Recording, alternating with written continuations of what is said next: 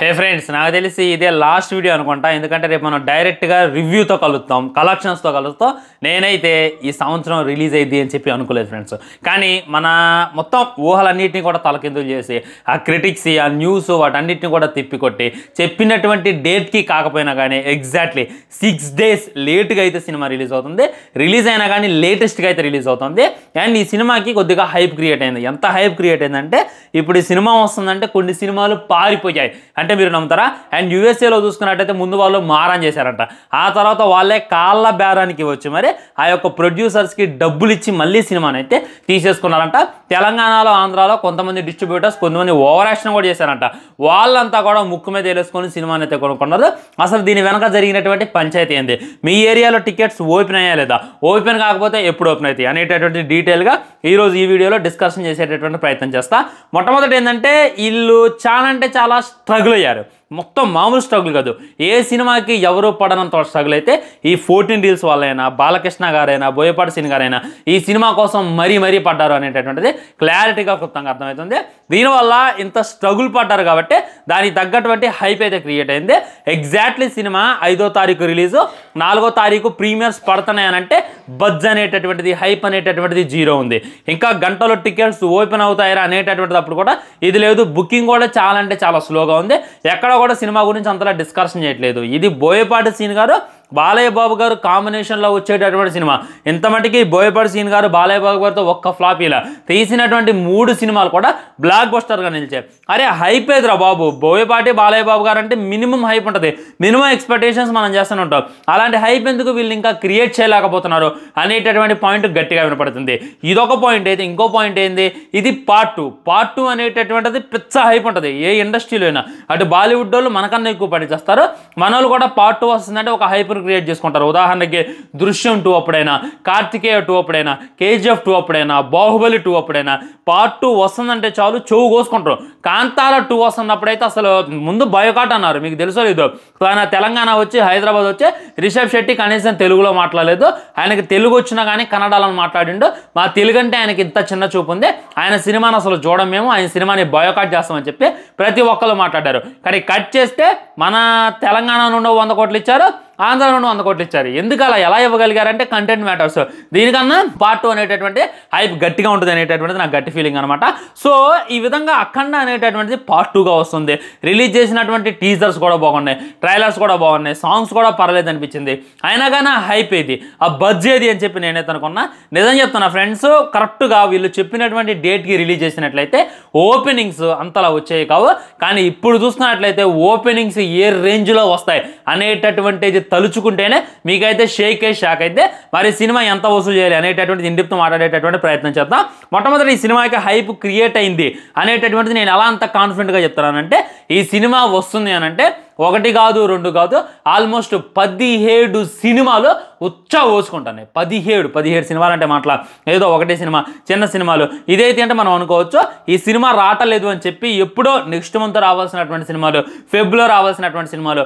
అఖండ ఏదైతే ఉందో కోర్టులో కేసు నడుస్తుంది. ఇప్పట్లో ఆ కేసు సాల్వ్ అయ్యాలా లేదు, అది సాల్వ్ అయ్యేసరికి చాలా టైం పట్టింది. ఈ గ్యాప్లో మనం మొత్తం ఖాళీగా ఉంది. సో 12వ తారీఖు మన సినిమాలు రిలీజ్ చేసుకుంటే మంచి కలెక్షన్స్ వస్తాయి అనేటటువంటి ఉద్దేశంతో వాళ్ళంతా కూడా ఈ 12వ తారీఖుని గట్టిగా టార్గెట్ చేశారు. ఎప్పుడైతే సింహముడుగా అక్కడ పడిందో ఇక దాంతో మిగతా సినిమాలన్నీ కూడా పారిపోయాయి అనేటటువంటిది క్లారిటీగా క్లుప్తంగా అర్థమైపోతుంది. ఇక మీరు అర్థం చేసుకోండి.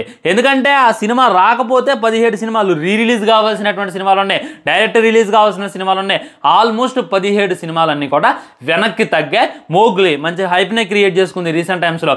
అది కాక వేరే విలన్ కూడా మంచి పేరున్నటువంటి ఆయన, సొంతంగా ఎదిగినటువంటి ఆయన, అలాంటి ఆయన పెడుతున్నారు అంటే మ్యాక్సిమం అందరూ కూడా ఎక్స్పెక్ట్ చేస్తారు. అలాంటి సినిమాస్ అయితే ముందుగా తెలిపింది. సో 17వ తారీఖు ఇక్కడ సింహం అడుగు పెట్టడంతో మొత్తం జింకలైనా, నక్కలైనా, ఊరపిచ్చుకలైనా, ఆ కాకులైనా అన్నీ పారిపోయాయి అనేటటువంటిది క్లారిటీగా క్లుప్తంగా అర్థమవుతుంది. అదే 5th రిలీజ్ అయి ఉంటే ఈ రేంజ్లో హైప్ క్రియేట్ అయ్యేదా, ఈ రేంజ్లో బజ్ జరిగేదా? ఏది జరిగినా మనం మంచిగా అనుకోవాలని చెప్పి మన పెద్దలు ఒత్తగా చెప్పలా. అందుకే అఖండ 2 మీద ఈ విధంగా ఇష్యూ జరగడం కూడా ఒక మంచిని క్రియేట్ చేసింది. మంచి ఓపెనింగ్స్ వస్తాయి, దాంట్లో డౌట్ లేదు. ఒకసారి బుక్ మై షోకి వెళ్ళి సెర్చ్ చేసి చూడండి ఎన్ని టికెట్స్ సేల్ అయ్యారంటే మొన్న చూసుకున్నట్లయితే 1 అవర్కి 1 lakh టికెట్సే సేల్ అయ్యాయి. కానీ ఇప్పుడు చూసుకున్నట్లయితే 1 అవర్లో 2 lakhs పైగా టికెట్స్ సేల్ అవుతున్నాయి. ఇక అర్థం చేసుకోండి, అడ్వాన్స్ కలెక్షన్స్ కూడా భయంకరంగా ఉన్నాయి. యునైటెడ్లో చూసుకున్నట్లయితే ఇప్పటిదాకా 72,000 టికెట్లు అయితే అమ్ముడిపోయాయి. ఫస్ట్ చూసుకున్నట్లయితే అసలు టికెట్ సరిగ్గా అమ్ముడు కూడా పోలేదు. అవి ట్రోల్స్ కూడా వచ్చాయి. బాలయ్య బాబు గారికి ఏంది యూఎస్ఏలో సరిగ్గా బుకింగ్స్ లేవు, యూఎస్ఏలో సరిగ్గా చూడలేదు అని చెప్పి చాలా మంది అన్నారు. వాటన్నిటికి కూడా పురుస్టాప్ పెడుతూ అటు యూఎస్ఏలో ఉండొచ్చు, ఎక్కడైతే టికెట్స్ ఓపెన్ అయ్యాయో అక్కడైతే ఓచకోత కోసమే ఉంది, ఎక్కడైతే ఫ్రీ బుకింగ్స్ ఓపెన్ అయ్యాయో అక్కడ భయంకరంగా సినిమా అయితే బుకింగ్ సృష్టిస్తుంది అనేటటువంటిది క్లారిటీగా క్లుప్తంగా అర్థమవుతుంది. సో ఇవన్నీ కూడా సినిమా లేట్ అవటం వల్ల వచ్చినటువంటి బెనిఫిట్స్ అని చెప్పి మనమైతే చెప్పుకోవచ్చు. సో సినిమాకి ఎంత ఎక్స్పెక్ట్ చేయొచ్చు? డే 1 చూసుకున్నట్లయితే ఈ హైప్తో రిలీజ్ అవుతుంది, ఇంత కాంట్రవర్సీతో రిలీజ్ అవుతుంది, ఎన్నిసార్లు పోస్ట్ పోనే రిలీజ్ అవుతుంది, ఇన్ని కేసుల తర్వాత రిలీజ్ అవుతుంది. కాబట్టి ఖచ్చితంగా ఓపెనింగ్ నేనైతే 100 కోట్ల పైచిలుకే ఎక్స్పెక్ట్ చేస్తాను. ఎందుకంటే బాలయ్య బాబు గారిది 100 కోట్లు డే 1 లేదు, ఏ సినిమా లేదు. కానీ ఈ సినిమాకే మంచి హైప్ క్రియేట్ అయింది, మంచి పబ్లిసిటీ అయింది, ఎన్నిసార్లు పోస్ట్ పోన్ కావడంలో మంచి కాంట్రవర్సీ క్రియేట్ అయింది. నేనే దగ్గర ఒక 10 వీడియోలు చేసి ఉంటాయి సినిమా మీద. అదే సినిమా అప్పుడు రిలీజ్ చేసినట్టయితే అంతకుముందు నేను 8 వీడియోలు చేశాను. ఒకసారి మీరు వెళ్ళి లెక్కేసుకోవచ్చు అనమాట. టీజర్ అప్పుడు ఒక వీడియో చేశా, ట్రయల్ అప్పుడు ఒక వీడియో చేశా, అంతే. ఆ తర్వాత డైరెక్ట్గా రివ్యూ చేసుకునే వాళ్ళం. అది ఇప్పుడు ఏం జరిగింది, ఈ సినిమా పోస్ట్ పోన్ అవడం వల్ల ఎప్పుడు రిలీజ్ అయ్యింది అనేటటువంటి తాపకం న్యూస్ బయటకు వస్తుంది. దానివల్ల నేను వరుస పెట్టి వీడియో చేస్తున్నాను. నాలాగా చాలామంది ఇన్ఫ్లుయెన్సర్లు, చాలామంది యూట్యూబర్లు, నార్త్కు చెందిన వాళ్ళు తెలుగులో ఒక సినిమా ఏదైతే ఉందో రిలీజ్కి సిద్ధంగా ఉంది, కానీ అది ఆగిపోయింది. అది రిలీజ్ కాలేకపోతుంది, దాని మీద కేసు వేశారు. దీనివల్ల యూరోస్ ఇంటర్నేషనల్, యూరోస్ అనేటటువంటిది చాలా అంటే చాలా పెద్ద బ్యానర్. అలాంటి సినిమా అలాంటి బ్యానర్ ఈ సినిమా ఆపడం వల్ల ఇంకా హైప్ అయితే క్రియేట్ అయింది అనేటటువంటిది క్లారిటీగా క్లుప్తంగా అర్థమైపోతుంది. సో దీనివల్ల సినిమాకి అయితే రావాల్సినటువంటి హైప్ వచ్చింది, రావాల్సినటువంటి బజ్ వచ్చింది. ఈజీగా డే 1 100 కోట్ల గ్రాస్తో అయితే సినిమా స్టార్ట్ అయింది అని చెప్పి నేనైతే ఎక్స్పెక్ట్ చేస్తున్నా. ఎందుకంటే నార్త్ లెవెల్లో కూడా చాలామంది ఈ సినిమా కోసం మరీ వెయిట్ చేస్తున్నారు. ఇంకా ఏంటంటే ప్రీమియర్స్ 6:30కి పర్మిషన్ ఇచ్చారు, మళ్ళీ ఆల్సో 9:30కి పర్మిషన్ ఇచ్చారు. ఆల్రెడీ వీళ్ళు పర్మిషన్ తీసేసుకున్నారు టికెట్ రేట్లు పెంచడానికి. ప్రీమియర్ చూసుకున్నట్టయితే 800 నుండి 1,500 రూపాయలు ఉంది. ఇది కొద్దిగా ఎక్కువే అని చెప్పొచ్చు, కానీ తప్పదు భయ్యా. మొన్నటిదాకా నేను ఎక్కువే అనుకున్నా, ఎందుకంటే అఖండ 2కి ఈ రేంజ్లో టికెట్లు పెంచారైంది, ఈ రేంజ్లో రేట్లు పెంచారైంది, ఇది మరి టూ మచ్ కదా. ఆ ఐవో మరి అవి దొరికా కూడా వీళ్ళకి బుద్ధి రాలేదా అని చెప్పి నేను ఫీల్ అయ్యా. కానీ మనం చూసుకున్నట్లయితే వీళ్ళకి ఎన్ని అప్పులోనే తెలుసు, ఆల్మోస్ట్ 60 కోట్ల అప్పులోనే అంట. 20 కోట్ల అప్పు చేస్తే వడ్డీతో సహా 60 కోట్లే కూర్చుంది. 60 కోట్ల కోసం బాలయ్య బాబు గారు తన రిమల్యూషన్ వెనక్కి ఇచ్చేసిండు, బోయపాటి సీన్ గారు తన రిమల్యూషన్ వెనక్కి ఇచ్చేసిండు, మూవీ టీంలో సగం మంది వాళ్ళు తీసుకున్నటువంటి డబ్బులు వెనక్కి ఇచ్చేశారు, బయట నుండి అప్పు తీసుకొచ్చారు, చంద్రబాబు నాయుడు గారితో ఫోన్ చేపించారు, మోడీ గారితో ఫోన్ చేపించారు. భయంకరమైనటువంటి రాజకీయం జరిగింది. ఇన్ని రాజకీయాలు జరుగుతుండగా అయినా డబ్బులు సరిపోవడంతో అభిమానులు, ఒక అభిమానమే 4 కోట్లు అంటాం, ఒక అభిమానం 1 కోటి రూపాయలు అంటాం, ఇంకొంతమంది 10 మందికి అతడికి 10 లక్షలు ఇస్తా అని చెప్పి ముందుకు రావడం, ఒక అభిమాని డైరెక్ట్గా నేను పొలం అమ్మేస్తా, మా బాలయ్య బాబు గారి కన్నా మాకు ఏదో ఎక్కువ కాదని చెప్పడం, ఇవన్నీ కూడా నిదర్శనంగా నిలిచే. ఒకవేళ ఈ సినిమా ఆగిపోయి ఉండకపోతే మన బాలయ్య బాబు గారికి ఈ రేంజ్లో ఫ్యాన్ బేస్ ఉంది, మన బాలయ్య బాబు గారికి ఈ రేంజ్లో డబ్బులు ఇవ్వడానికి ఇంతమంది అభిమానులు రెడీగా ఉంటారు అనేటటువంటి విషయం అయితే మనకు తెలిసేది కాదు. ఎందుకంటే అందరికీ అభిమానులు ఉంటారు, కానీ మన బాలయ్య బాబు గారికి మట్టికి భక్తులు ఉంటారు అనేటటువంటిది ఇంకా క్లారిటీగా అర్థమవుతుంది.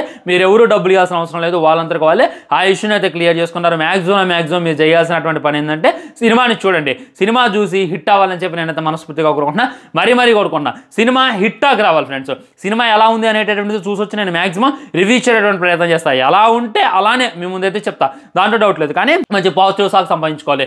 నార్త్ సైడ్ అయినా, యునైటెడ్ సైడ్ అయినా, మన సైడ్ అయినా మంచి రివ్యూస్ వచ్చి సినిమా బ్లాక్ బస్టర్గా నిలవాలి అని చెప్పి నేనైతే మరీ కోరుకుంటున్నా. దీని మీద మీ కామెంట్ ఏంటి అనేటటువంటిది కూడా తప్పకుండా కింద తెలియజేయండి. ఆ తర్వాత ఆదర్శ కుటుంబం మన వెంకటేష్ గారిది, త్రివిక్రమ్ గారిది ఆ యొక్క పోస్టర్ ఒకటి వచ్చిందనమాట. ఈరోజు షూటింగ్ స్టార్ట్ అవుతుందని, దాని గురించి కూడా ఒక ఫుల్ వీడియో చేసేటటువంటి ప్రయత్నం చేస్తా. బాయ్ నమస్కారం, ఉంటా మరి.